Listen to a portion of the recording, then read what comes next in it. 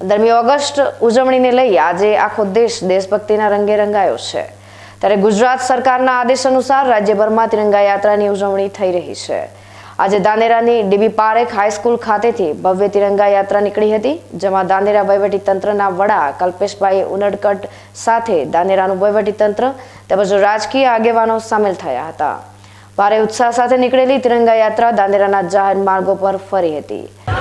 ધાનેરા ખાતે નગરપાલિકા અને વહીવટીતંત્ર તરફથી તિરંગા યાત્રાનું આયોજન કરેલું છે।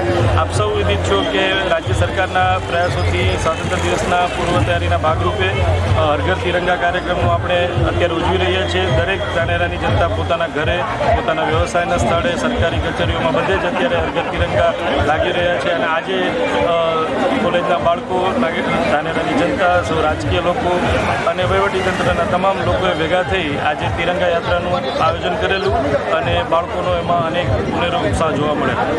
આજે ધાનેરા તાલુકાનું વાલેર ધામ પણ તિરંગાના રંગે રંગાઈ ગયું હતું। આગામી 78માં સ્વાતંત્ર્ય પર્વની ઉજવણી ધાનેરા તાલુકાની તાલુકા કક્ષાની ઉજવણી વાલેર ગામ ખાતે થવાની છે, જેને લઈ આજે વાલેર ગામ ખાતે ભવ્ય તિરંગા યાત્રાનું આયોજન કરવામાં આવ્યું હતું।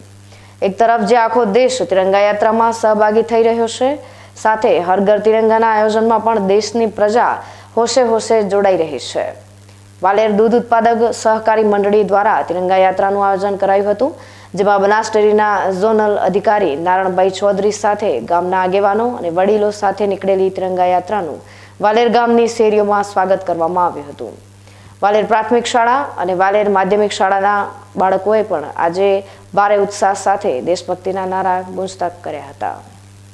આજે વાલેર મુકામે તિરંગા યાત્રા વાલેર પ્રાથમિક શાળાથી વાલેર ગામનો ફરી અને વાલેર પ્રાથમિક શાળા રિટર્ન આવી વાલેર દૂધ ઉત્પાદક સહકારી મંડળીના સહયોગથી આ તિરંગા યાત્રા આજે નીકાળવામાં આવી હતી અને વાલેર મુકામે તિરંગા યાત્રાના ભાગરૂપે અહીંયા તાલુકા કક્ષાનો પણ કાર્યક્રમ છે।